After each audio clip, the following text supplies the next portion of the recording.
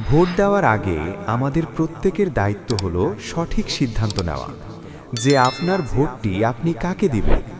আসুন আমরা সকলে মিলে আগামীর বাংলাদেশ করি, যেখানে থাকবে না কোনো দুর্নীতি, থাকবে না কোনো চাঁদাবাজ, থাকবে না কোনো অন্যায়কারী, থাকবে না কোনো জুলুমকারী। আসুন সঠিক সিদ্ধান্ত নেই। সঠিক সিদ্ধান্ত নেওয়ার সময় এসেছে। ভোট কাকে দেবেন, সঠিক সিদ্ধান্ত নিন। আপনার একটি সঠিক সিদ্ধান্তের কারণে আগামীর বাংলাদেশ পাল্টে যাবে। তাই ভুল সিদ্ধান্ত থেকে ফিরে আসুন, সঠিক সিদ্ধান্ত নিন। ভোট কাকে দেবেন, ভোট কাকে দেবেন।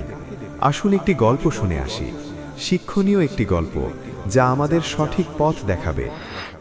এক যুবক তার এক বন্ধুকে অন্যায়ভাবে অন্য একজনের সম্পদ দখল করতে সাহায্য করছিল। সে নিজে কোনো মারপিট করেনি, শুধু লাঠি হাতে পাশে দাঁড়িয়ে পাহারা দিচ্ছিল। যুবকটি ভাবল, আমি তো আর নিজের হাতে কারো ক্ষতি করছি না, আমি শুধু বন্ধুর পাশে আছি। সেই রাতে সে স্বপ্নে দেখল তার বন্ধুর কাঁধে এক বিশাল আগুনের বোঝা, আর সেই আগুনের একটি জ্বলন্ত কয়লা তার নিজের পিঠেও এসে পড়ছে। সে যন্ত্রণায় চিৎকার করে জিজ্ঞেস করল, আমি তো আগুন জ্বালাইনি, তবে আমি পুড়ছি কেন? অদৃশ্য থেকে এক গম্ভীর কণ্ঠ ভেসে এলো, যে ব্যক্তি অন্যায়ের পথ বেছে নেয় এবং অসৎ কর্মে সমর্থন যোগায়, সে নিজে কাজটি না করলেও সেই পাপের দায়মুক্ত নয়।